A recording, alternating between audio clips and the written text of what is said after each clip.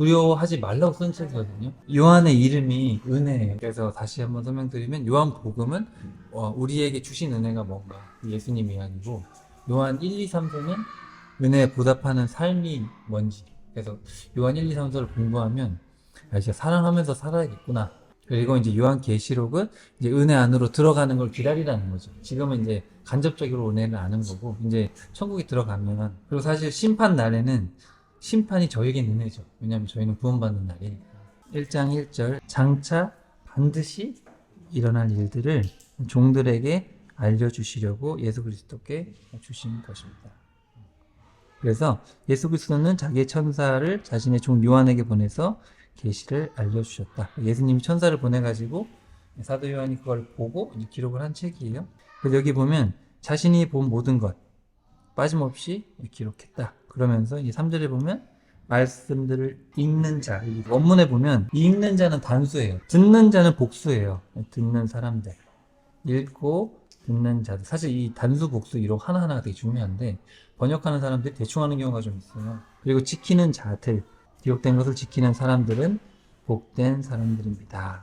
여기 보시면 지금도 계시고 전에 계셨고 장차 오실 분 하나님, 그리고 그분의 보좌 앞에 일곱 영이신 성령님, 그리고 신실하신 증인이시며 죽은 자들 가운데서 맨 먼저 살아나신 부활의 첨열매이자 땅의 모든 왕들을 다스리시는 만왕의 왕이신 예수. 그래서 성부, 성령, 성자. 이 요한계시록은 항상 성부, 성령, 성자 요 순이에요. 7절에 자 구름을 타고 오십니다. 모든 사람의 눈이 그분을 볼 것이고 그분을 찌른 자들도 볼 것입니다. 그래서 예수님이 곧 오신다 그런 얘기죠. 그래서 거기 8절에 보시면은 나는 알파요 오메가 이렇게 되어 있죠. 알파가 우리말로 하면 기억이고 오메가가 히읗이에요. 헬라어에. 그래서 나는 기억과 히읗이다. 나는 시작과 끝이다. 그래서 여기 10절에 보시면 주의 날이라는 말이 이제 처음 등장을 하는데, 주의 날, 주님이 부활하신 날을 이제 기념해서 지키기 시작했다. 주의 날, 성령께 잡혀서 어떤 나팔 같은 소리가 들려왔는데, 요한아, 예수님 말씀하시는 거겠죠? 요한아, 네가 본 거를 기록해라. 그래서 그 소아시아에 있는 7교회에 보내라.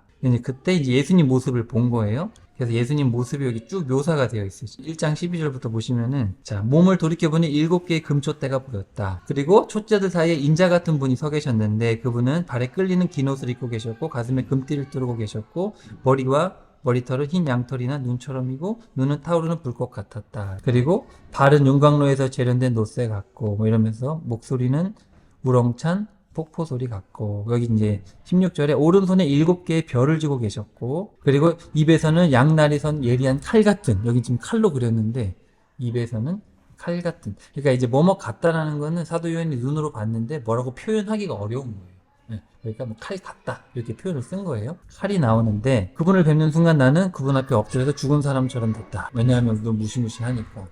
그래서 저는 가끔 간증할 때 뭐 천국 가서 예수님을 만났다, 너무 좋아서 그분을 이렇게 포옹했다, 거짓말 안 믿어요 저는 그런 거. 왜냐하면 하나님을 만난 사람 다 꼬꾸라져요 저렇게. 천국 지옥 믿으실 필요가 없고, 아직 간 사람이 없어요. 성경에 따르면 천국 간증은 믿을 필요가 없어요. 거의 거짓말. 나중에 거짓말로 드러난 게 되게 많아요. 그런 건 진짜 천국 지옥 간증은 믿지 않으셔도 돼요. 거의 겁주려고 하는 거거나 그런 거예요. 그래서 여기 이렇게 써있죠? 그래서 꼼짝할 수가 없었다. 그래서 두려워하지 마라. 처음이요 마지막이요. 나는 살아있는 자다. 내가 전에 한번 죽었으나 십자가에 달려 돌아가셨지만 영원토록 살아있고 사망과 지옥의 열쇠를 갖고 있다. 여기 19절에 별표하시고 거기 보면 이제 요한계시록은 딱 3개입니다. 네가 본 것이 1장이에요. 1장. 지금 예수님의 모습을 보고 1장에 기록해놨어요. 그 다음에 지금 일어나고 있는 일들이 2, 3장이에요. 그래서 지금 터키 지역에 7교회를 지금 개척해 있는데 그 7교회의 상태에 대해서 이야기를 해주고 있어요. 그게 지금 일어나고 있는 일들이고요. 그 다음에 4장부터는 앞으로 일어날 일들. 딱 그거에 기록되어 있어요. 본 것과 지금 있는 일과 장차 될 일. 그래서 여기 20절에 보면 또 해석을 해놨어요. 네가 뭘 봤냐면은 오른손에 7별과 7금촛대의 비밀이다. 7별은 7교회의 천사들. 자, 여기 천사라고 되어 있는데 이 천사가 뭐냐면은 사자입니다. 사자. 그냥 7교회 목사예요. 목사. 7교회 지도자들. 메신저는 천사일 수도 있고 사역자일 수도 있어요. 그리고 7금촛대는 7교회다. 그러니까 이게 뭐냐면은 예수님이 이 7교회를 보호하고 계신다. 그런 얘기예요. 다른 해석이 없어요. 그냥 그거예요. 그거는. 이 설명을 친히 해놓으셨죠. 실제로 봤을 때 어마어마하겠죠. 무시무시하니까 예수님의 그 부활하신 모습이 너무 무시무시하니까 했는데 좀 이렇게 표현을 그렇게 해놨어요. 그래서 이제 2장부터 3장 두 개 보면 에서 버두 사빌라 7교회가 나와요. 그냥 그 소아시아에 있는 터키 지역에 있는 7교회입니다. 그 교회에 칭찬 한마디 하고 책망 한마디 하고 명령하고 약속 중 그 내용이 이제 들어있는데 이제 이걸 보면서 아 우리 교회는 지금 어떤 교회구나 이걸 좀 확인할 수가 있어요. 그러니까 이거는 7가지를 말씀하시면서 전반적인 교회 전체는 한 7개 중에 하나다 이런 얘기를 하는 거예요. 요한이 특히 이 7이라는 숫자를 되게 좋아해요. 요한복음에도 나는 빵이요 나는 빛이요 7개 나오거든요. 그리고 기적도 7개. 요한계시록에는 복이 7개. 네, 그런 식으로 7에 대해서 이제 완전수기 때문에 그래서 여기서 7교회를 통해서 교회의 유형에 대해서 설명을 해주고 있어요. 에베소 교회는 뭐 인내하고 수고하고 분별해서 잘했다. 근데 너는 첫사랑을 잃었다. 그러죠? 처음사랑을 회복해라 그러면 생명나무 실과를 주겠다. 근데 그렇게 써있어요. 성경에 이렇게 써있어요. 2장 1절에 보시면은 에베소 교회를 이제 얘기할 때 오른손에 7뼈를 쥐고 7 금촛대 사이를 거니시는 분 누군지 아시겠죠? 이거 예수님이잖아요. 그러니까 1장에 소개했던 예수님의 모습을 한번 설명하고 나오는 거예요. 자, 8절에 가시면 처음이요 마지막이요 죽으셨다가 살아나신 분께서 말씀하신다. 이것도 예수님이잖아요. 네. 그리고 12절에 버가목 교회도 양날이선 예리한 칼을 가지신 분. 이것도 예수님이죠. 네. 이런 식으로 예수님에 대한 묘사를 한마디씩 하고 그리고 그분이 말씀하셨다 그러면서 이제 지금 전해주는 거예요. 버가목 교회 교육자에게 이제 전해라. 그 당시 사도 요한이 유배돼 있다가 나와가지고 전해줬겠죠. 두아디아굴의 사대교회, 빌라델비아 교회, 라우디게아 교회. 근데 이 중에서 책망을 받지 않은 교회가 이제 2번째랑 6번째. 서머나교회랑 빌라델비아 교회가 책망이 없어요. 그래서 많은 교회들이 서머나교회라고 하는 게 교회 이름을. 제일 안 좋은 게 이제 라우디게아죠. 칭찬이 없는데 뭘 책망하냐면 여기가 이제 당시에 뜨거운 물과 온천과 찬물이 같이 나오는 동네였어요. 근데 실제로 신앙이 미지근했어요.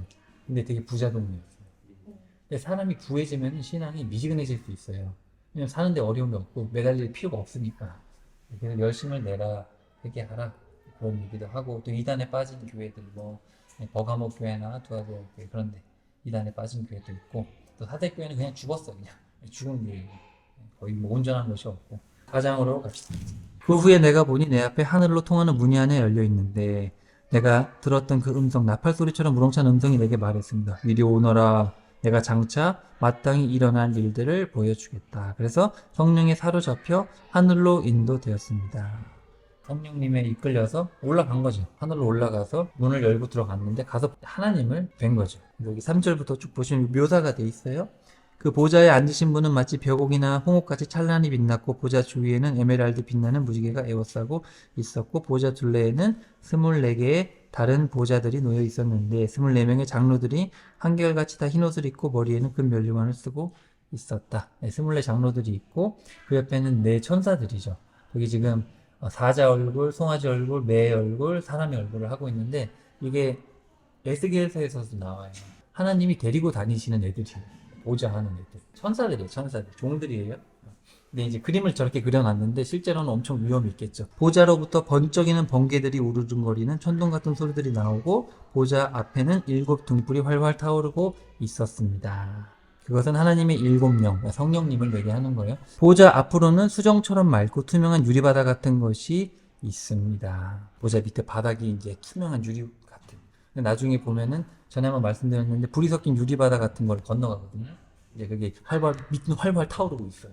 심판할 때. 근데 우리는 천성으로 넘어간다는 얘기예요. 그래서 6절에 보니까 보좌 가운데 둘러 4 생물이 있는데 앞뒤에 눈이 가득 달렸고 첫째 생물은 사자 같고 둘째는 황소 같고 셋째는 사람의 얼굴 넷째는 날개를 핀 독수리 같았고 그래도 눈이 가득한데 중간쯤 보시면 거룩하다 거룩하다 거룩하시다 전능하신 주 하나님 전에 계셨고 지금 계시고 장차 오실 분이요. 그러면서 쉬지 않고 찬양을 하고 있는데 왜냐하면 피조물이지만 영원히 있는 거죠. 그리고 이제 5장으로 가시면 이제 그 보좌에 앉으신 분의 오른손에 두루마리가 하나 있습니다. 두루마리 같은 게 하나 이렇게 있는데 천사가 이제 얘기를 하는데 이걸 누가 뗄 수가 있느냐 이제 그렇게 얘기를 했는데 아무도 뗄 사람이 없는 거예요.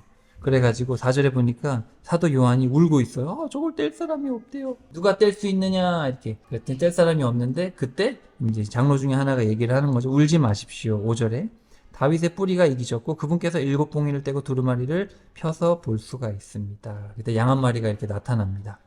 양 한 마리가 나타나는데 7불과 7눈이 달려있고 일찍이 죽음을 당한 것처럼 피가 흐르고 있죠. 예수님을 상징하는 거예요. 성부 하나님이 성자 예수님께 이 두루마리를 드리는 겁니다. 그때 이제 장로들은 이제 검은고를 들고 여기 8절에 보시면 향이 담긴 금양로를 들고 있었는데 이게 다 성도들의 기도입니다. 네, 성도들의 기도를 다 듣고 있는 거예요. 우리 주님만이 두루마리를 받아 봉인을 떼시기에 진실로 합당합니다. 그러면서 그 흘리신 피로 모든 종족들과 언어들과 백성들과 민족들 가운데서 값주고 사셔서 그들을 하나님께 온전히 바치셨습니다. 예수님 자기의 피값으로 우리를 산 거예요. 우리가 원래 지옥에 가야 되는데 자신의 피를 팔아가지고 샀어요. 사서 데려온다는 뜻이에요. 그리고 헤아릴 수 없을 만한 천사들이 이렇게 있죠. 11절에 보시면 수를 헤아릴 수 없을 만한 천사들이 있습니다. 수천이요 만만이요 천사들을 둘러싸고 그러면서 12절 이렇게 보시면 일찍이 죽음을 당하신 어린 양께 권능과 부귀와 지혜와 힘과 존귀와 영광과 찬양이 받으시기에 합당합니다. 그러면서 계속 찬양을 합니다. 내 생물은 아멘하고 장로들은 엎드려 경배하는 어떤 천상의 모습을 보게 된 거죠.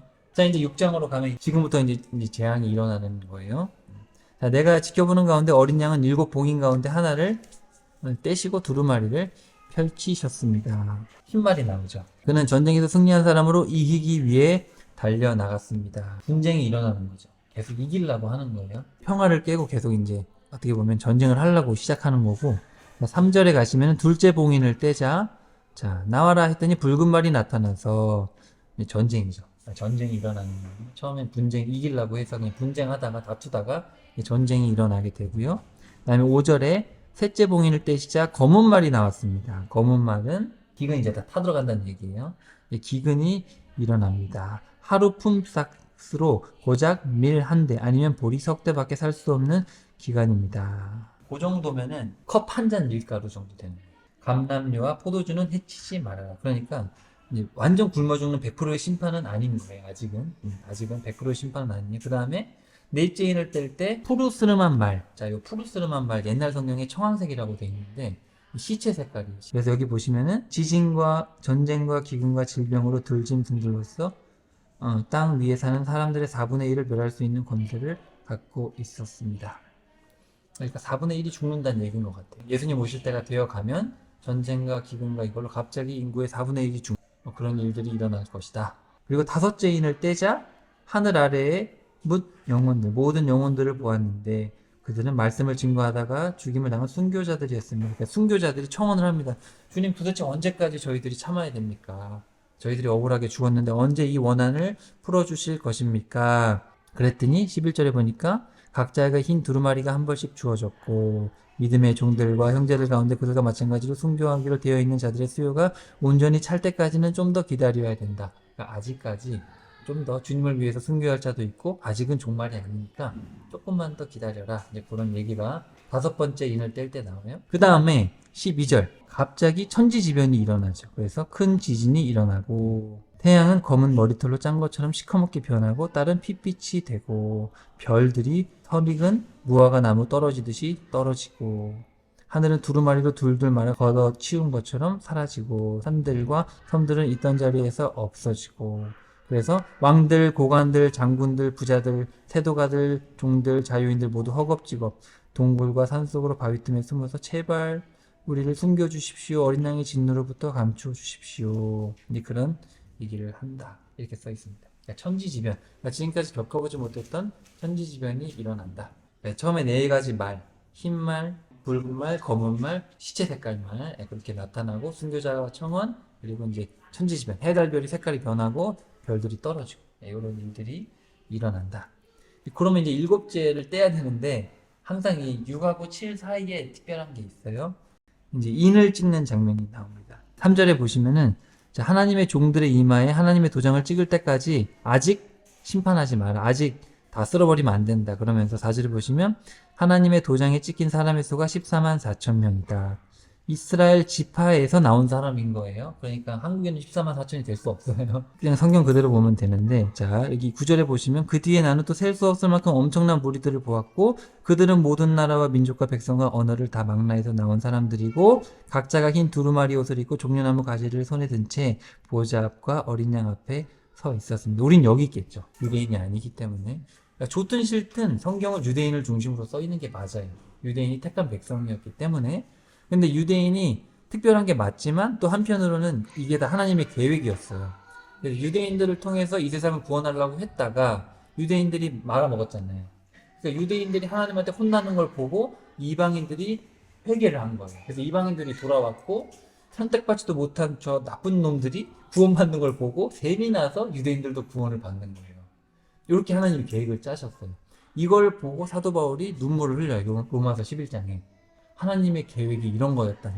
이방인과 유대인을 다 구원하시기 위해서 이런 계획을 짜고 계셨구나. 정말 대단하다. 그걸 11장 끝에서 얘기합니다. 그래서 유대인도 다 자기의 역할이 있고 이방인도 이방인의 역할이 있는 거예요. 자, 그래서 저와 여러분은 거기에서 지금 종려나무까지 흔들고 있으면 되는 거예요. 14만 4천 명 유대인들 중에서 그리고 나머지는 셀 수 없다. 그렇게 하면 오해가 없습니다. 14절에 보시면 이 사람들은 큰 환난을 겪은 사람들로서 그들은 어린 양의 피로써 자기의 옷을 빨아 희게 만들었습니다. 그러니까 성도는 다 환난을 겪게 돼 있어요. 어려움을 겪게 돼 있지만 예수님을 믿는 믿음으로 깨끗해진 거예요. 예수님의 핏값으로. 그런 사람들이 지금 종려나무같이 흔들고 있다. 이런 얘기예요. 그 다음에 8장으로 가시면 자 이제 7째 봉인을 뗍니다. 반 시간 동안 고요했다가 폭풍 전야죠. 왜 이제 폭풍 몰아칠 때 잠깐 뭐 조용한 그런 느낌. 각 천사가 나팔을 하나씩 받고 오죠. 7천사가 등장을 하는 거예요. 그래서 이제 7 나팔을 불게 되고 3절에 보면 금향로를 또 다른 천사가 들고 와서 하늘의 제단 앞에 섰는데 그 천사는 모든 성도들의 기도와 함께 보좌 앞에 있는 금제단을 바치려고 많은 향을 받아서 가지고 있었다. 그리고 그 연기가 성도의 기도와 함께 천사의 손에서 하나님 앞으로 올라갔다. 근데 이제 인까지는 이제 준비 단계라면 이제 나팔은 이 심판이 시작되는 거예요. 그래서 성도들의 모든 기도가 올려가는 거죠. 근데 이제 나팔을 불기 시작해요. 7절에 보시면 나팔을 붑니다. 빰빠라밤. 나팔을 이제 불면은 피 섞인 우박과 불이 떨어져서 땅의 3분의 1과 나무의 3분의 1이 초토화가 되더라. 이 3분의 1씩 부서집니다. 다 없어져. 이제 심판이 시작됐기 때문에. 그 다음에 두 번째 나팔을 불 때는 바다에 던져졌다. 바다의 3분의 1이 피로 변하고 배들의 3분의 1이 깨지고 세 번째 나팔을 불 때는 별 하나가 하늘에서 떨어져서 강의 3분의 1, 샘의 3분의 1. 그 별의 이름은 쑥이었다. 물까지 오염되면 이제 뭐 생물이 죽는 거죠, 그냥. 그 다음에 12절에 네 번째 나팔을 불자 태양의 3분의 1, 달의 3분의 1, 별의 3분의 1이 갑자기 어두워졌다. 그 다음에 이제 다섯 번째 나팔을 부는데 불기 전에 13절에 보시면 독수리가 한 마리 쭉 날아가면서 뭐라 그러냐면은 화 있을 것이다. 그러니까 아직 3개가 남았다 이 얘기예요.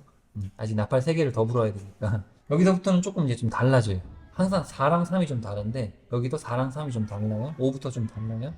그래서 9장으로 가시면 다섯 번째 나팔을 불 때 땅에 떨어지는 별 하나가 보였습니다. 그러니까 내려오는 별이에요. 근데 그 별은 무저갱의 열쇠를 받아서 가지고 있었습니다. 그 별이 받은 열쇠로 무저갱을 열자 거대한 용광로에서 내뿜는 연기와 같은 것들이 치솟았고 그러면서 3절에 거대한 메뚜기 떼가 나와 온 땅을 퍼졌는데 그것은 정갈처럼 사람을 떠는 강력한 독의 권세를 가지고 있었습니다. 열쇠를 가지고 무저갱을 여니까 요런 놈들이 나온 거예요. 메뚜기 같이 생겼는데 사람 머리를 하고 있죠. 그리고 독침을 가지고 있는. 근데 이들에게 4절에 보면 명령이 주어졌는데 땅에 있는 풀이나 푸성기나 나무들은 해치지 말고 오직 이마에 하나님의 도장이 찍히지 않은. 아까 인 찍힌 거 기억나시죠? 24만 4천 명 인 찍고 찍지 않은 사람만 공격해라. 죽이지도 말고 5달 동안 괴롭히기만 하라. 허락이 메뚜기에게 주어졌습니다. 엄청나게 정갈과 같은 고통이었고 죽으려고 애썼지만 죽을 수 없었고 왜냐하면 죽음이 그들을 피해갔기 때문입니다. 6절에 여기 7절에 보면 메뚜기 모양이 자세하게 묘사되어 있죠. 네, 그래서 말들 같고 뭐 금관을 썼고 얼굴은 사람 얼굴처럼 생겼고 네, 사도 요한이 눈으로 본 거를 쓴 거예요. 글로 11절에 보시면 또 그것들은 무저갱의 사자를 자기들의 왕으로 삼고 있었는데 무저갱의 사자는 히브리어로 아바돈 헬라어로는 아볼루온이라고 하더라. 어차피 나중에 이 모든 게 다 지옥으로 들어갑니다. 지금 이건 임시 감옥이에요. 어떻게 보면. 그래서 이제 첫 번째 재앙이 지나갔지만 아직도 2개가 더 남았습니다. 그래서 13절에 가시면 이제 6번째 나팔을 불죠. 나팔을 가진 6번의 천사에게 명령하기를 큰 강 유브라테스에 네 천사를 풀어라. 그랬더니 네 천사가 풀려났는데 그 천사들은 미리 정해진 그 해, 그 달, 그날, 그 시간에 맞춰 인류의 3분의 1을 죽이기로 준비된 천사들이었습니다. 천사들을 이끄는 기마병의 수요가 무려 2억이나 될 정도로 엄청나게 큰 군단이었습니다. 죽이는 천사들이 이제 나타난 거죠. 그래서 사람의 3분의 1이 죽는다. 그리고 어떤 분들은 이제 유프라테스 강이니까 이게 중동에서 뭐 3차 세계대전 같은 게 일어나지 않겠냐. 어마어마한 전쟁 때문에 3분의 1이 죽지 않겠냐. 그렇게 이야기를 합니다. 17절에 보면 그들이 타고 있는 기마병들을 보았는데 모두 타는 듯한 붉은빛과 푸른빛, 황금빛 나는 가슴마개를 두르고 있었고 타고 있는 말들의 머리는 사자처럼 생겼는데 그 말들의 입에서 품어 연기와 유황이 세차게 뿜어져 나오고 있었습니다. 그래서 3분의 1이 죽습니다. 말들의 힘은 그들의 입과 꼬리에 있었고 꼬리는 뱀과 같이 생겼지만 특이하게도 꼬리에 머리가 달려 있었습니다. 그러니까 어떤 분들은 이걸 어떻게 해석하냐면은 탱크 같은 거 아니겠느냐. 그러니까 사도 요한은 탱크를 모르는 거예요. 그러니까 봤을 때 이걸 말로 표현하고 타고 다니니까 그러지 않겠냐 추측하는 건데 성경은 그냥 이렇게 묘사가 돼 있어요. 뭐가 됐든 간에 그래서 어마어마한 전쟁을 하고 있다 이거죠. 사도 요한이 눈으로 봤고 사도 요한의 지식 안에서 이걸 쓴 거죠. 어쨌든 사람이 썼으니까. 그랬는데 이런 상황에서도 사람들은 우상 숭배를 계속 하는 거예요. 20절에 보면은 그럼에도 불구하고 여전히 죽지 않은 사람들이 있겠죠. 4분의 1 죽고 3분의 1 죽었지만 아직도 살아남는 사람들이 있죠. 근데 그 사람들은 회개할 가능성이 없어요. 왜냐면 아까 그 인 찍을 때 그때 마지막이에요. 인 찍히기 전에 회개해야지. 이제 인 찍히고 나면 끝난 거예요. 더 이상 이제 나팔 불 때는 회개하는 사람이 없어요. 자, 그리고 이제 7번째 나팔을 불면 예수님이 오십니다. 오시는데 7번째 나팔을 불기 전에 10장에 보면은 경고를 하는 이야기가 나와요. 어마어마한 천사 하나가 이제 나타납니다. 해는 얼굴 같고 달은 불기둥 같죠. 그리고 사자가 소리치는 것처럼 막 소리를 냅니다. 7절 한번 봅시다. 7번째 천사가 나팔을 불게 되면 하나님께서 자신의 종들과 예언자들에게 일러주셨던 것처럼 하나님의 비밀이 온전히 일어나게 된다. 이렇게 어마어마하게 거대한 천사가 사자가 울듯이 이렇게 경고를 하는 거예요. 최후 경고를 하는 거예요. 왜냐하면 이제 7번째 나팔만 남았는데 7번째 나팔 불면 이 모든 비밀이 열린다. 지금까지 하셨던 모든 비밀, 그게 예수님의 재림이거든요. 고린도전서 15장 51절에 보면은 마지막 나팔 불 때 호련히 사람들이 다 올라가고 예수님 재림하시고 그 얘기가 나와요. 비밀이 열린다. 예수님 재림하는 거. 그리고 나서 11장으로 가시면은 두 증인이 나옵니다. 여기 3절에 보시면 나오죠. 내가 나의 두 증인에게 권세를 줄 것이다. 그들은 굵은 베옷을 입고 1260일, 3년 반이에요. 성경에 3년 반이라는 말이 많이 나오는데 1660일 동안 예언을 선포할 것이다. 근데 이 사람들이 어디서 하냐면은 11장 1절에 다시 보시면 하나님의 성전과 제단을 측정하고 거기에서 예배드리고 있는 사람의 수를 세어라. 성전 바깥들은 측량할 필요가 없다. 이방인들에게 내어준 곳이기 때문이다. 이방인들은 42개월 동안 거룩한 도성을 짓밟을 것이다. 이게 뭐냐면 아까도 7번째 전에 인 찍을 때 유대인 먼저 하고 이방인 나왔잖아요.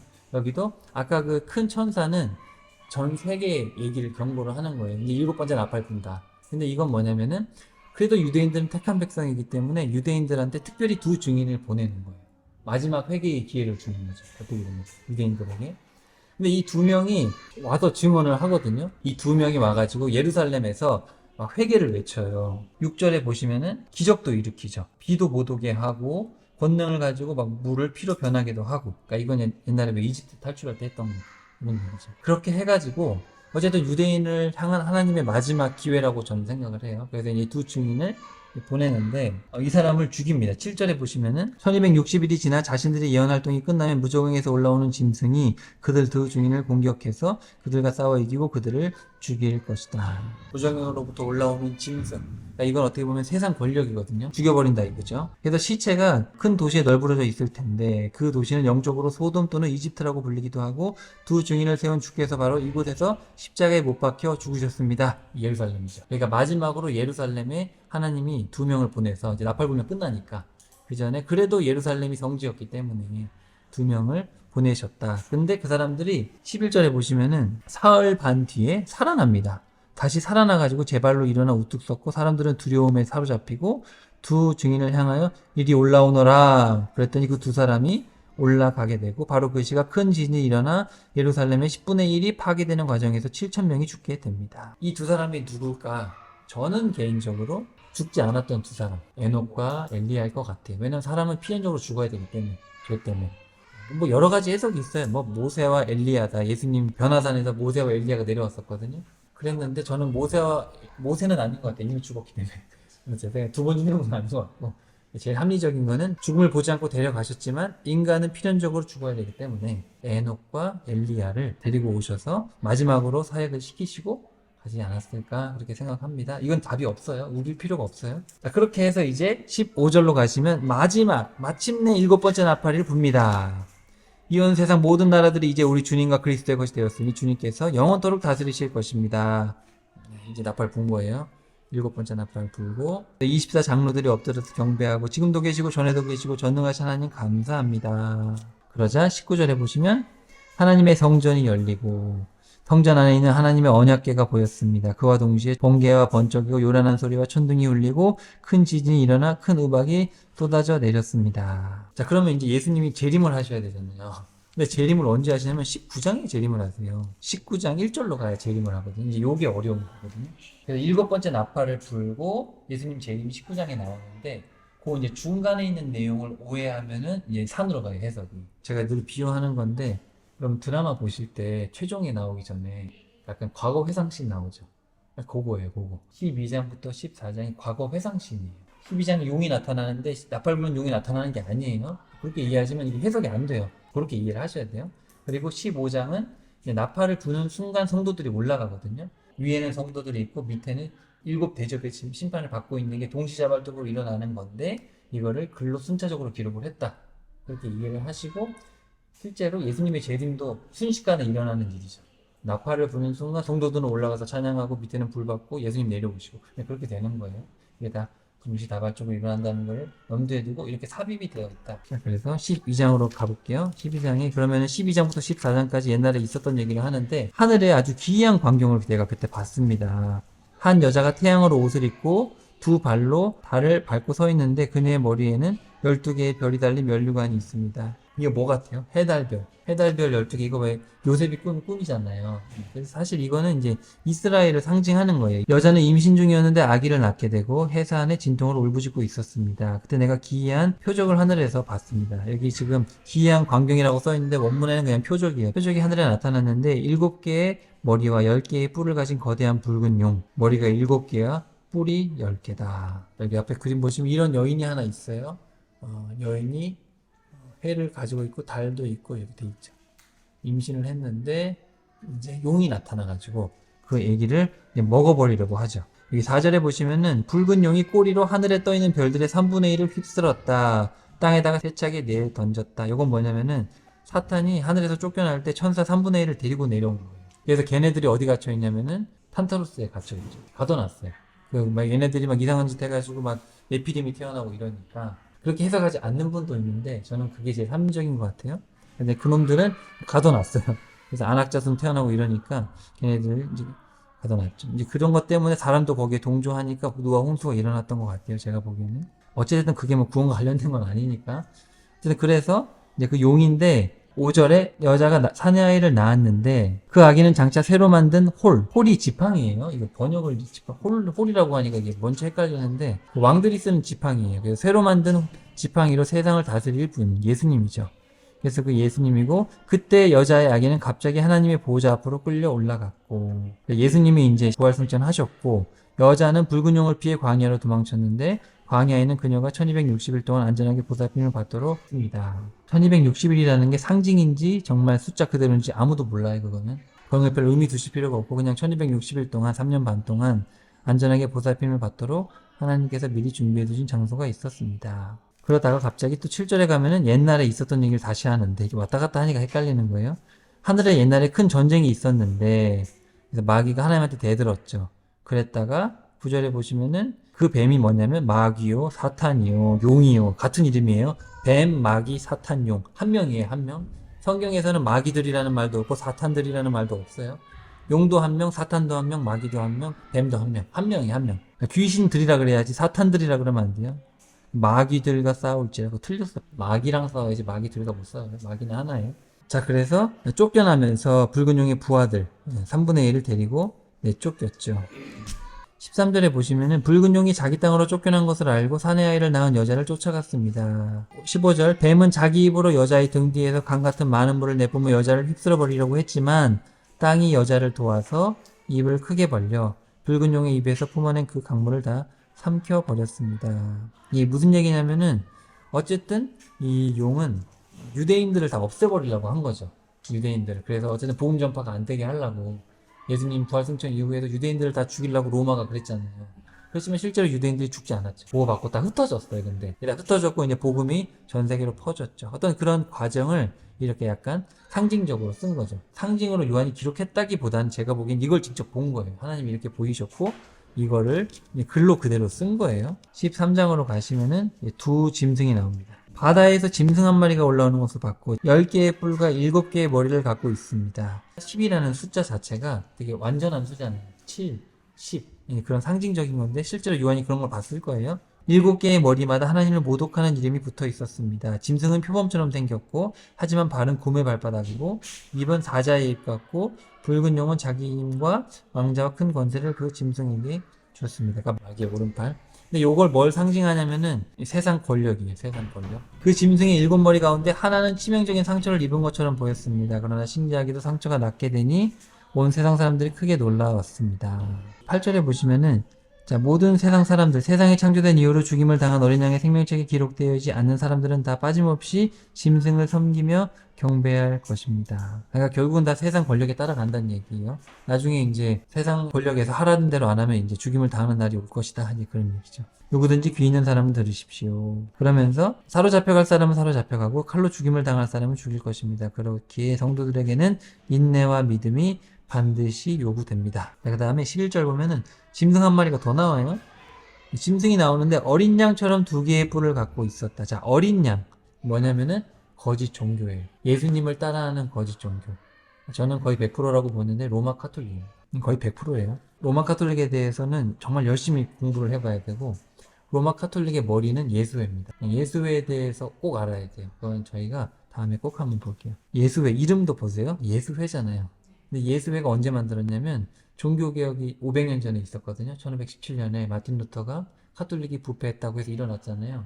그때 이 개신교를 없애기 위해서 만든 조직이 예수회예요. 어린 양처럼 2개의 뿔을 갖고 있어요. 용처럼 말하죠. 웃기죠.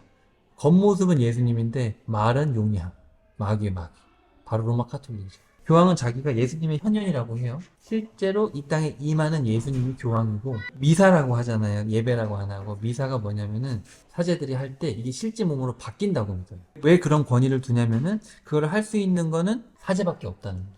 그래서 사제들은 결혼을 안 한다. 그게 어디서 나오는 거냐면 바벨론에서 나오는 거예요. 이혼 제도나 이런 게 다 바벨론 종교에서 나오는 거예요. 참여하지 않으면 실제 예수 그리스도의 몸을 먹지 않으면 천국에 못 가는 거예요.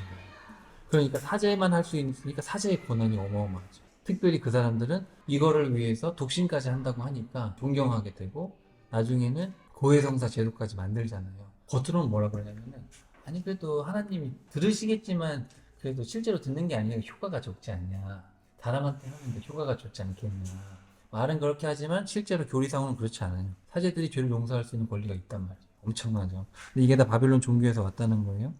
그래서 2개의 바벨론이라는 책이 있어요. 꼭 읽어봐요. 근데 가봐야 알아요. 저도 사람이기 때문에 가봐야 알지만 어쨌든 여기서 이제 두 짐승이 나옵니다. 그래서 이 두 번째 짐승은 거짓 종교. 아까 그 표범같이 생긴 거는 세상 권력이고요. 여기 두 번째 나오는 이 어린 양 같은 짐승은 음녀예요. 음녀. 그래서 12절에 보시면은 첫 번째 짐승을 대신하여 첫 번째 짐승이 가진 모든 권세를 그 앞에서 행했는데 치명적인 상처가 나왔던 그 첫 번째 짐승을 섬기게 만들었다. 그러니까 뭐냐면 이 로마 카톨릭이 지금 종교 통합 운동을 하고 있단 말이죠. 종교 통합 운동을 하면서 교회를 하나로 만들고 결국은 세상 권력에 복종하게 만들고 있어요. 진짜로 그래요. 자, 이 짐승은 모든 사람들이 보는 앞에서 큰 표적, 기적이라고 번역을 했는데 기적과 표적은 되게 다릅니다. 표적은 뭔가를 보여주는 거예요. 뭔가를 하기 위해서. 기적은 그냥 놀라운 일이고 표적은 뭔가 의미를 가지고 보여주기 위해서 하는 거예요. 심지어 하늘에서 불덩이가 내려오기도 했고 짐승이 이처럼 큰 표적을 행할 수 있었던 것은 첫 번째 짐승이 권세를 주었기 때문입니다. 그래서 16절에 보시면은 장악된 자나 큰 자나 부자나 가난한 자나 자유인 종이 나에게 표를 주는데 17절 누구든지 표가 있는 사람은 짐승의 이름으로 혹은 그 이름을 뜻하는 숫자가 새겨진 표가 찍혀있지 않은 사람은 물건을 팔 수가 없게 됩니다. 지혜가 요구되는데 짐승의 숫자는 666입니다. 666이 뭐다 딱 그렇게 얘기하실 필요가 없어요. 여기 보면은 이 짐승의 숫자가 666인데 보면은 666이라는 숫자를 마귀가 많이 써요. 그래서 뭐 연예인들 이런 거 많이 하죠. 이 주의 깊게 보면 알아요. 연예인들이 갑자기 인터뷰하다가 이래요. 이게 음모론이 아니라 마귀한테 사주받아서 부하 권력을 얻는 사람들은 자기가 표시를 하는 거예요. 프리메이슨 같은 거. 네. 이게 상징이에요, 상징. 자, 보여주는 거예요. 그러니까 666이 뭐 베리칩이다. 그래서 여기다가 칩을 삽입하면 지옥 간다. 근데 이제 그런 의미가 그렇게 짧게 해석할 게 아니라 이제 마귀와 관련된 많은 매체들이나 이런 걸 해석을 해보면 666이 다 들어있어요. 예를 들어서 여러분 잘 못 보셨겠지만 뉴스 보면은 어떤 사망 사고에 6일 6시 6분 진짜예요. 알면 보여요. 근데 그런 게 뭐냐면은 이 미디어가 계속해서 마귀의 사주받아 행동을 하는 거거든요. 영적인 세계죠. 영적인 세계예요. 알면 다 보여요. 알면. 뉴스에 생각보다 그런 일이 많이 나오고 우리가 먹는 음료수에도 보면은 666 그런 게 되게 많아요. 이게 알면 보여요. 알면. 제가 말씀드리고 싶은 거는 666이 딱 뭐다라고 생각하지 마시고 마귀를 추종하는 자들은 어떤 이 666이라는 숫자를 상징적으로 사용한다는 거. 그래서 어느 시점이 되면 정말 말씀대로 살려는 사람은 이제 상거래를 할 수 없고 정말 고통을 주는 어떤 목숨을 부지하기 어려운 시대가 올 것이다. 그 정도로 이해하면 무난할 것 같아요. 이건 예수님이 말씀하신 거거든요. 사실은 마태복음에 보면은 성도들이 성도를 미워하고 서로 잡아 죽이고 이런 일들이 있을 거라 그랬어요. 14장으로 가면은 시온산 위에 어린 양이 계셨는데 어린 양과 함께 14만 4천 명의 성도들 그리고 이마에 어린 양과 그분의 이름이 쓰여 있었다. 그러면서 14만 4천 명이 찬양을 드리는데 4절에 보면은 그 사람들은 여자들과 더불어 자기 몸을 더럽힌 일이 없는 자로서 그러니까 이제 무상숭배하지 않았다는 거죠. 그러니까 죄에 더럽히지 않은 사람들, 어린 양께 대하여 신앙의 정죄를 지킨 사람들입니다.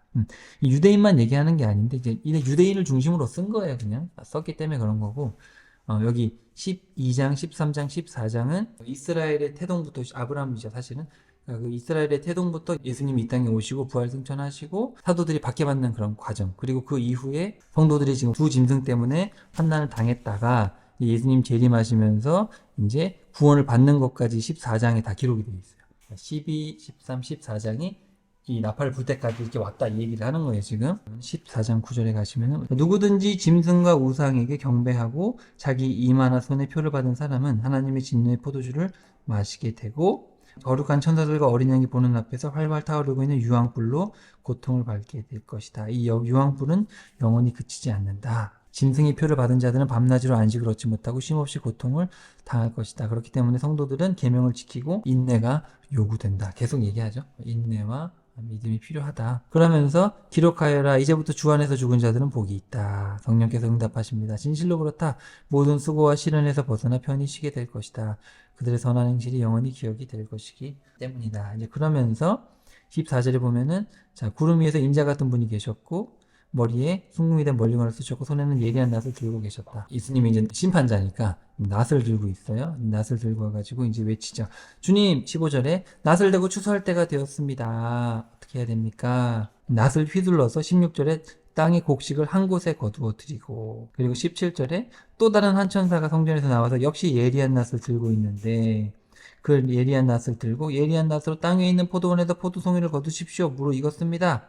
그래가지고 포도를 걷어 들여서 진노의 포도줄 속에 넣고 20절에 가면은 포도주 틀은 성 밖에 있었는데 거기에 포도송이들을 짓밟자 거기서 피가 컬컬 흘러나왔다.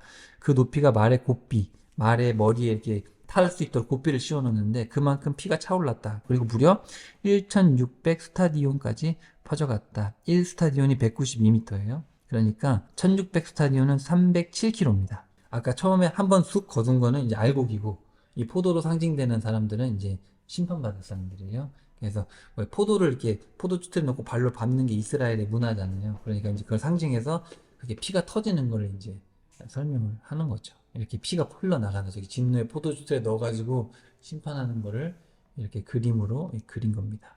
자 그리고 이제 이것까지 이제 이렇게 되기까지 이제 12장, 13장, 14장을 이렇게 쭉 이스라엘의 태동부터 이 심판까지를 설명을 한 거고 15장으로 가시면 자 내가 또 하나 이제 표징을 하나 봤는데 2절에 보시면 불이 섞여 있는 유리바다 같은 것을 보았습니다. 약간 홍해 같죠. 유리바닷가에는 짐승과 짐승의 우상과 짐승의 이름을 숫자를 이긴 사람들이 서 있었고 주님께서 주신 검은고를 들고 있었고 검은고를 타면서 하나님의 종 모세의 노래와 어린 양의 노래 그러니까 홍해를 건넌 거는 예표고, 그리고 요단강을 건넌 건 또 예표고, 실제로는 이 모든 사람들이 다 이 불이 섞인 유리바다를 건너가는 거예요. 이 심판 이거를 건너가서 모세가 모세의 노래를 불렀듯이 우리는 모세의 노래도 부르고 어린 양의 노래도 부르고. 그러니까 이 구약과 신약을 다 얘기하는 거예요, 동시에. 그래서 이제 하나님의 이름을 막 찬양합니다. 저와 여러분은 이제 거기에 있겠죠. 없으면 큰일 나요. 그리고 이제 그러는 사이에 이제 일곱 대접을 가지고 나옵니다. 6절에 보시면은 자, 그러는 사이에 일곱 천사가 땅 위에 내릴 일곱 재앙을 가지고 나왔습니다. 이 천사들이 이제 그러는 사이에 일곱 대접을 해서 이제 일곱 대접을 이 땅에 붓는 거예요. 인과 납할 때는 저희도 견뎌야 돼요. 견뎌야 되는데 대접은 우리랑 상관이 없어요. 대접은 진노입니다. 진노. 요한계시록 공부하다 보면 우리가 언제 하늘로 올라가냐. 그걸 어떤 분들은 우리는 그냥 환난 전에 간다. 그래서 사도 요한이 그 천상으로 올라갔잖아요. 그때 우리도 올라간다는 거예요. 그러니까 성도들은 아무런 고통 없이 올라간다. 이렇게 주장하는 분들이 있어요. 그게 환난 전에 휴거된다는 환난 전 휴거설이에요. 근데 제가 봤을 때 가장 성경적인 건 환난 후 진노 전. 인간 납할 때는 우리가 버텨야 되고 일곱 번째 납할 볼 때 올라가고 진노는 우리 게 아니다. 환난 후 진노전이 제일 성경적이라고 저는 생각이 되고 예수님은 분명히 우리가 고난을 겪는다 그랬거든요. 그래서 환난 후 진노전이 제일 성경적이다. 저는 그렇게 생각을 해요. 자, 그리고 이제 16장으로 가시면 이제 일곱 대접을 이제 퍼붓기 시작하는데 이건 이제 남은 자들이죠. 구원받지 못한 자들. 첫 번째 대접일 때 땅 전체입니다. 땅에 쏟았더니 짐승의 표를 받은 사람들과 우상에게 경배하는 자들 흉측하고 고통스러운 종기가 생겼습니다. 두 번째는 천사가 바다에 부었더니 바다가 다 죽었다. 그 다음에 4절에 강과 샘에 부으니까 다 피로 변했다. 그 다음에 8절에 넷째 천사가 태양에 쏟아 부으니까 태양이 너무 뜨거워서 사람을 다 타 죽였다. 그래도 회개하지 않아요. 물론 이제 회개할 기회가 없죠, 이제는. 그 다음에 10절로 가시면 다섯 번째 천사가 그 대접을 짐승이 앉아 있는 보좌 위에 쏟아부었습니다. 그러자 짐승의 나라는 순식간에 흑암으로 쌓였고 고통에 못 이긴 그 짐승의 백성들은 자기 혀를 깨물었습니다. 그러니까 이제 그 짐승, 세상의 어떤 권력자들이 다스리고 있는 어떤 그 세상 나라가 이제 그냥 다 망하는 거죠. 자, 이 같은 큰 고통과 흉측한 종기 때문에 하나님을 마구 못 웃겠지만 끝까지 회개하지 않았습니다. 그 다음에 12절 여섯 번째 천사가 대접을 유프라테 위에 쏟아 부었더니 다 말라버렸고 동쪽 왕들이 공격해 올 수 있는 길이 생겼습니다. 마귀의 추종자들이 최후 발악을 하겠다. 나는 용의 입과 짐승의 입과 더러운 예언자 입에서 개구리처럼 더러운 악령이 튀어나온 것을 보았습니다. 그러니까 용과 짐승과 거짓 예언자, 이 음녀예요. 두 번째 짐승이에요. 용과 짐승과 음녀, 거짓 예언자, 음녀. 요게 이제 사탄의 삼위일체. 하나님을 따라하려고 마귀도 자기도 삼위일체예요. 그래서 따라하는 거예요. 거기서 새 악령이 튀어나오는 것을 보았습니다. 14절에 보시면 뭐냐면은 마지막 전쟁을 대비하기 위해서입니다. 그래서 16절 여러분 잘 아시는 새 악령은 히브리어로 아마겟돈이라고 불리는 곳에 세상의 왕들을 모두 집결시켰습니다. 이 아마겟돈이 바로 하르 무기토라는데 무기토가 어디냐면은 그 갈릴리 왼쪽 아래 보면 갈멜산이 있는데 그쪽이 거기 평야가 있어요. 거기 무기토 평야예요.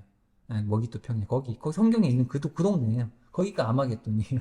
네, 아마겟돈인데 멀리가 아니에요. 거기가 이제 하르 무기토 산이에요. 그래서 이제 거기에서 이제 마귀의 삼위일체가 다 모여가지고 이제 최후 발악을 하는 거죠. 자기 지옥 갈 때 얼마 안 남았으니까. 잠깐 여기 15절에 보시면은 내가 도둑같이 갑자기 들이닥칠 것이다. 그러므로 그때 깨어있어 자기 옷을 갖추어 입고 벌거벗은 몸으로 돌아다니지 아니함으로써 자신의 부끄러운 데를 보이지 않는 사람은 복이 있다. 여기 잠깐 예수님의 어떤 마지막 말씀이 적혀 있어요. 16장 15절에. 그리고 이제 17절에 이제 일곱 번째 천사가 나가서 대접에 있는 것을 다 부었습니다. 이제 끝난 거죠. 이제 다 끝났다. 17절 끝에 보시면 다 끝났다. 그래서 다 없어져요. 그래서 20절에 보시면은 바다의 섬도 없어지고 땅도 산도 없어지고 무게가 1달란트, 1달란트가 33kg예요. 33kg 되는 우박이 떨어져서 이제 끝난다. 끝났다. 이제 이런 얘기입니다. 15장에서 우리가 올라갔고 성도들 올라갔고 16장에서 대접이고 17장과 18장에서 이 짐승과 음녀가 망해가는 이야기가 여기 나와요. 뭘 사고 파냐면 18장 13절 잠깐 보세요. 심지어 사람의 목숨도 사고 판다. 그러니까 여기 지금 보시면 여러 가지가 있는데 세상 권력과 이 로마 카톨릭 이 사람들이 이 세상의 모든 어떤 물질적인 걸 가지고 있는 거예요. 사람도 사고 팔고 그러니까 마피아라든지 어떤 이런 게 다 사실 바티칸하고 관련돼 있거든요. 뭐 인신매매도 그렇고 커피를 바티칸에서 다 컨트롤하고 있어요. 이런 것들이 다 나와요. 어쨌든 간에 다 써있죠. 장사꾼들이다. 그러면서 심지어 사람의 목숨이다. 그래서 여기 이 두 장에 걸쳐서 17장과 18장에 걸쳐서 마귀들이 마지막 그 세상이 마지막에 일어난 일들에 대해서 자세하게 설명하고 있어요. 그 다음에 이제 19장에 이제 할렐루야 1절에 보시면 할렐루야 그러고 3절에도 할렐루야 음료를 태우는 연기가 그 다음에 4절에 할렐루야 신약에서 할렐루야라는 말이 여기 처음 나오는 거예요. 그 다음에 6절에도 할렐루야 전능하신 우리 주 하나님 왜냐면 예수님 이제 재림하시니까 7절에 보시면은 어린 양의 혼인날이 됐다. 어린 양의 신부는 몸단장을 끝냈고 빛나고 깨끗한 모시옷을 입었으니 이 고운 모시옷은 성도들의 의로운 행실에다가 밑줄 쳐볼까요? 요게 이제 디카이오 말하는 한 단어인데 이거를 굳이 번역하자면은 구약의 정의와 공의할 때 그 정의라는 단어입니다. 쉽게 말하면 말씀에 순종하는 거예요. 그래서 어린 양의 혼인잔치에 초대받은 사람들은 참으로 복되다. 많은 분들이 예수님이 신랑이고 내가 신부라고 생각하는데 성경은 우리가 신부라고 한 적이 한 번도 없어요. 우리는 그 신랑 신부의 잔치에 초대받은 거예요. 그래서 신부는 누구냐면 나중에 나오지만 신부는 새 예루살렘이 신부예요. 그러니까 쉽게 말하면 예수님이 대관식을 하는 거예요. 새 예루살렘 왕국에 입성하시고 우리는 따라 들어가는 거예요. 이해하셨죠? 그래야지 오해를 안 해요. 우린 신부가 아니에요. 자, 그래서 11절 보시면은 이제 예수님 재림. 여기가 이제 재림이에요. 하늘이 열리고 흰말이 있는 것을 보았습니다. 자, 그 말 위에 신실과 진실이라고 써 있죠. 자, 여기 신실이라는 말이 제가 맨날 얘기하는 그 믿음이라는 단어예요. 여긴 신실이라고 번역을 했어요. 이게 구약의 신약의 믿음. 그러니까 신실함이죠. 신실함과 진리. 진실이라고 번역했는데 진리예요. 신실과 진리라고 불리는 분이 타고 있고 그분은 의로서 심판하십니다. 여기 의로서와 심판이라는 이 단어가 정의와 공의를 뜻하는 그 단어예요. 구약에서. 공의로서 심판하신다. 이렇게. 앞에 단어가 공의고 뒤에 단어가 정의.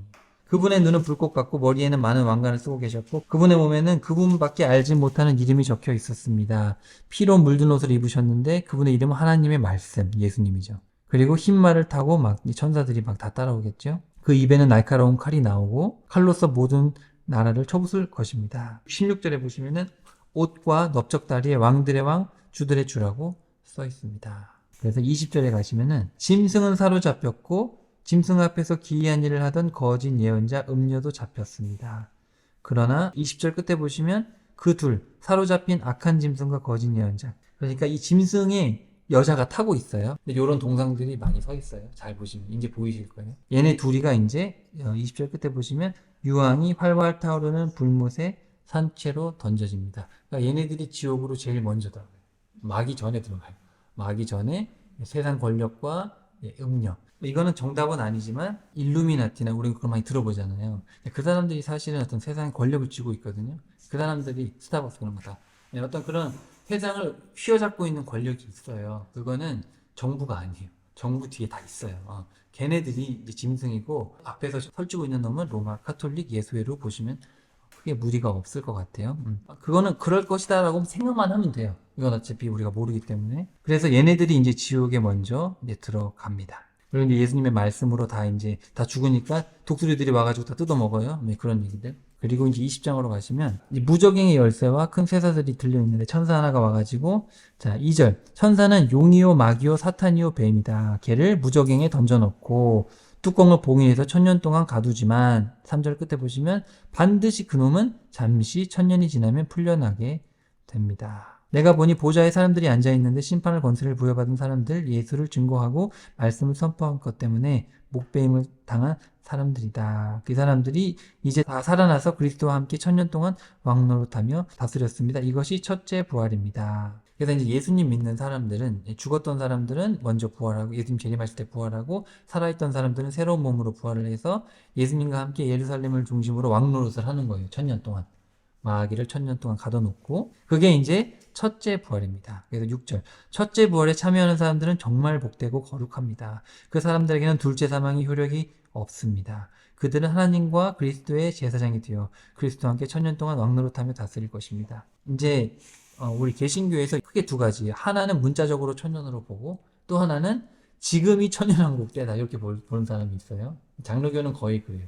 근데 그렇게 보면 해석하기가 좀 어려워요. 저는 그건 아닌 것 같아요. 문자적으로 그러면 어디까지 상징적으로 봐야 되냐.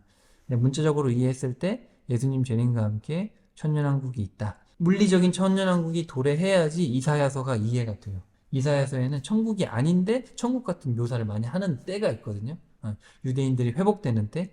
그래서 유대인들이 언제 회복되냐면 바로 이때예요. 이 천년왕국 때. 저희는 다스리는 존재고 유대인들은 가슴을 치고 회개하고 우리가 죽였던 예수님이 메시아가 맞았구나 그러면서 이제 예수님이 직접 유대인을 예루살렘에서 다스리시고 정의와 공의를 통치하시기 때문에 모든 나라, 이 천년왕국 때는 모든 나라들이 예루살렘으로 와서 예수님한테 말씀을 듣고 배우고 그렇게 됩니다. 자, 그 다음에 7절을 보시면 천년이 다 차면 사탄이 갇혀있던 무적행 감옥에서 풀려납니다. 근데 곡과 마곡을 미혹해서 큰 전쟁을 하려고 하는데 바다의 모래알처럼 될 것이지만 하나님이 다 쓸어버리시죠. 그래서 10절에 보시면 그들을 미혹했던 우두머리 사탄은 꽁꽁 묶여 유황불이 활활 타오르는 불못으로 세 번째로 들어갑니다. 11절 이제 크고 흰 보좌와 그 위에 앉은 계신 분을 보았습니다. 이제 우리가 지금 살고 있는 하늘과 땅은 다 없어졌어요. 불타 없어졌고 12절에 보시면은 생명책이 하나 있죠. 그래서 여기 이제 기록되어 있는 대로 심판을 받아서 이제 갑니다. 바다가 자기 안에 있는 죽은 자들 다 토해냈고 사망도 지옥으로 가고 지옥도 자기 안에 있는 죽은 자들 토해냈다. 여기 지옥으로 번역된 말이 하데스예요. 그러니까 이제 음부예요. 사망은 죽음이고요. 죽음도 불못으로 들어가고 하데스, 음부, 아까 그 죽은 자들이 잠깐 있었던 그것도 이제 지옥으로 갑니다. 다 지옥으로 가고 안 믿던 자들도 그때 부활하는 거예요. 천년왕국 때도 그 사람들은 죽은 채로 있다가 이제 이 백보자 심판 때 안 믿던 사람들은 그때 부활해서 사망하고 그리고 음부하고 다 같이 그냥 그때 지옥으로 들어가게 됩니다. 14절. 그러고 나서 사망과 지옥도 영영 불타는 불못에 던져졌습니다. 번역을 헷갈리게 해놨어요. 이렇게 불못에 던져지는 것이 바로 둘째 사망입니다. 누구든지 하늘나라의 크고 흰 보좌 앞에 펼쳐진 생명의 책에 그 이름이 기록되지 않은 사람은 모두 이 불못에 던져졌습니다. 이렇게 해서 끝나는 거예요. 그리고 이제 21장으로 가면 그 후에 나는 새 하늘과 새 땅을 봤습니다. 이전에 보았던 처음과 하늘은 다 사라졌고 바다도 없고 거룩한 도성 예루살렘에서 내려오는데 자 2절 끝에 보시면 새 예루살렘은 마치 신랑을 위해 곱게 단장한 신부 같습니다. 이렇게 되어 있죠. 예수님의 대관식인 거예요. 이제 모든 전쟁이 끝나고 예수님이 당당히 왕으로서 원래 왕이시지만 왕으로서 이제 만민 앞에서 대관식을 하는 거죠. 그렇게 해석을 해야 되는데 가끔 좀 이상하게 해석을 해요. 자기를 넣어가지고 그러면 안 돼요. 그래서 여기는 이제 4절에 보시면은 다시는 눈물이 없을 것이다. 슬픔도 없고 아픈 것도 없고 이전 것들은 다 사라졌기 때문이다. 그러면서 5절 끝에 보시면은 이 말씀은 이 로고스는 신실하고 믿음으로 번역된 신실하고 진리다. 아까 예수님의 이름이 신실과 진리였잖아요. 똑같이 써 있어요. 말씀, 신실, 진리 이렇게 돼 있어요. 말씀은 신실하고 진리다. 네. 이 계시록의 말씀이 있는 그대로 진리다. 그대로 일어날 거다 이런 얘기죠. 자, 9절 봅시다. 자, 7 대접을 부었던 천사 하나가 말합니다. 나를 따라오너라. 어린 양의 아내가 될 신부를 내게 보여주겠다. 그러면서 뭘 보여줘요? 10절 끝에 보시면은 하나님께로부터 하늘에서 내려오는 거룩한 도성 예루살렘을 보여줬다. 빼도 박도 못합니다. 신부는 우리가 아니에요. 신부는 도성입니다. 이거를 무슨 예수님이 성하고 결혼을 해? 그게 아니고 대관식이라는 거예요. 대관식. 그리고 여기 보시면은 아주 자세하게 써 있어요. 11절 보시면은 영광에 둘러서 보석처럼 빛났고 수정처럼 투명하고 그리고 대문들마다 12천사가 있고 12지파 이름이 써 있고 대문 동서남북 3개씩 있고 12사도의 이름이 주춧돌로 이렇게 밑에 이렇게 맨 밑에 베드로부터 베드로 쭉쭉 써 있습니다. 이렇게 주춧돌이 있고 네. 그리고 15절 나에게 말하던 그 천사가 도성을 비롯하여 다 측량을 했는데 가로 세로 보니까 정육각형인데 16절에 12,000 스타디온이었더라. 2200km입니다. 환산을 하면은 이거를 저는 물리적으로 생각해도 아무런 문제가 없다고 생각해요. 왜냐하면 엄청난 공간이거든요, 실제로. 그래서 이 성경을 물리적으로 이해하느냐, 그냥 영적으로 이해하느냐는 뭐 선택일 수 있겠지만 저는 그냥 있는 그대로 받아들이는 게 제일 합리적인 것 같아요. 천사가 도성의 성벽을 또 지어보니까 72m의 성벽이 있더라. 그리고 여기에 이제 뭐 보석들의 이름도 뭐 나오죠. 자, 그리고 22절 가시면은 자, 성전은 찾아볼 수 없습니다. 22절. 도성엔 성전이 없어요. 왜냐하면은 하나님과 예수님, 어린 양께서 도성의 성전이 되시기 때문이죠. 이제 그런 게 필요 없어요. 상징적인 건 다 필요가 없어요. 달도 필요 없고 태양도 필요 없고 그냥 예수님 자체가 빛이시기 때문에 모든 나라와 민족들이 그 가운데 다닐 것입니다. 도성에는 밤이 없습니다. 항상 열려 있습니다. 26절 모든 나라의 사람들이 각각 자기들의 영광과 존귀를 간직한 채 들어간다. 되게 중요하죠. 그러니까 천국 가면은 우리 기억이 없어지는 게 전혀 아니에요. 우리가 여기서 정말 영광스럽게 예수님 믿고 살았더니 모든 기억을 가지고 가서 살아가는 거죠. 주님께서 우리 인생을 통해서 행하셨던 것도 기억하고 지금 우리 성경 공부했던 것도 그때 가서 기억할 거예요, 아마. 이게 실제적으로 와닿지 않으면 사실 신앙생활이 가짜인 거예요. 모든 속된 것, 가증한 것, 거짓은 절대 못 들어간다. 어린 양의 생명책에 그 이름이 기록된 사람만 들어갈 수 있습니다. 그 후에 또 생명수가 흐르는 강을 내게 보여주셨습니다. 하나님과 어린 양의 보좌로부터 흘러나옵니다. 그래서 이제 2절에 보시면은 큰 그 성 안에 큰 강이 하나 있는데 거기 이제 각종 열매들이 달려 있다. 12종류의 열매를 맺는 생명나무가 있다. 그러니까 어떻게 보면 창세기에 나와 있던 이 생명나무가 실제인 거죠. 다 실제예요, 실제. 실제로 있었던 거고 이게 실제로 있는 거예요. 그래서 3절에 보시면 더 이상 저주가 없습니다. 어린 양의 보호자가 그 도성에 있고 항상 예배하며 하나님 얼굴을 뵐 것이고 우리의 이름에는 하나님의 이름이 적혀 있죠. 밤이 없고 항상 환하게 비춰주셔서 필요한 것이 없습니다. 이 끝입니다. 거기 끝이에요. 여기서 끝났고 22장 6절에 가시면은 이제 이 말씀은 참으로 신실하고 참되다. 아까 했던 말하고 똑같아요. 로고스 해가지고 신실하고 참되다. 자, 요거는 반드시 속히 일어날 일들을 보여주신 겁니다. 천사에게 보여주신 겁니다. 내가 속히 가겠다. 이 책에 기록된 예언의 말씀들을 지키는 사람은 참으로 복이 있습니다. 그랬더니 이제 사도 요한이 또 이제 막 그 천사한테 고맙다고 생각해서 그런 거지 막 경배하려고 했더니 9절에 보시면 천사가 그러지 말아라. 왜 저를 천사한테 하냐. 나는 종일 뿐이다. 경배는 하나님께만 드려라. 왜냐하면 유대인들이 천사를 엄청 숭배했어요. 네, 그래서 이런 말씀을 일부러 기록해 놓으신 거예요. 천사 숭배하면 안 된다고. 천사는 종일 뿐입니다. 그리고 시편에 나와 있지만 천사보다 우리가 더 위대해요. 천사는 종이고 저와 여러분 자녀예요. 그래서 나중에 천사들은 우리를 수종드는 종이겠죠. 우린 자녀들이니까. 이 10절 끝에 때가 왔다. 이 책의 말씀을 봉인하지 말아라. 교회에서 요한계시록을 가르치지 않으면 안 된다예요. 안 된다. 자꾸 봉인해버리잖아요. 교회 오면. 계시록 안 가르쳐주고. 어렵지도 않아요. 지금 뭐 배우셔서 아시겠지만 어려운 게 별로 없어요. 자, 불의를 행하는 사람은 계속 불의를 행하게 놔두고 더러운 사람은 그대로 더러움에 있게 해라. 의로운 일을 계속 행하게 하고 거룩한 사람은 그대로 거룩하게 하라. 되게 무서운 경고죠. 자, 그래서 12절에 보시면 내가 속히 가겠다. 내가 너에게 줄 상급이 있는데 빨리 가서 보상해 주겠다. 성경에서 말하는 거는 상이 아니라 보상입니다. 상은 잘해서 주는 건데 보상은 우리가 그만큼 한 거에 대한 보상을 주시는 거예요. 그래서 14절 자기 옷을 깨끗이 빠는 사람은 복이 있다. 계속해서 거룩하게 살아가야 돼요. 거룩하게 사는 사람은 복이 있다. 개 같은 사람들, 점치는 자들, 음행하고 살인하고 우상 좋아하고 거짓말 좋아하고 그런 사람들은 못 들어간다. 17절에 성령과 신부가 오시옵소서 하고 말씀하십니다. 이 말을 듣는 사람들도 다 함께 오시옵소서 주 예수님. 누구든지 원하는 사람은 생명의 물을 값없이 마음껏 마시십시오. 18절 누구든지 엄습히 경고하는데 여기다가 덧붙이거나 빼버리면 큰 재앙을 받게 될 겁니다. 하나라도 기록된 말씀에서 제할버리면 하나님께서 이 책에 기록된 생명나무와 거룩한 도성에 참여할 수 있는 권리를 없애버리실 것입니다. 로마 카톨릭은 교황이 성경을 지웠다 뺐다 할 수가 있어요. 자, 이렇게 해서 계시록이 끝났어요. 큰 그림에서 이해하시면 어렵지 않아요.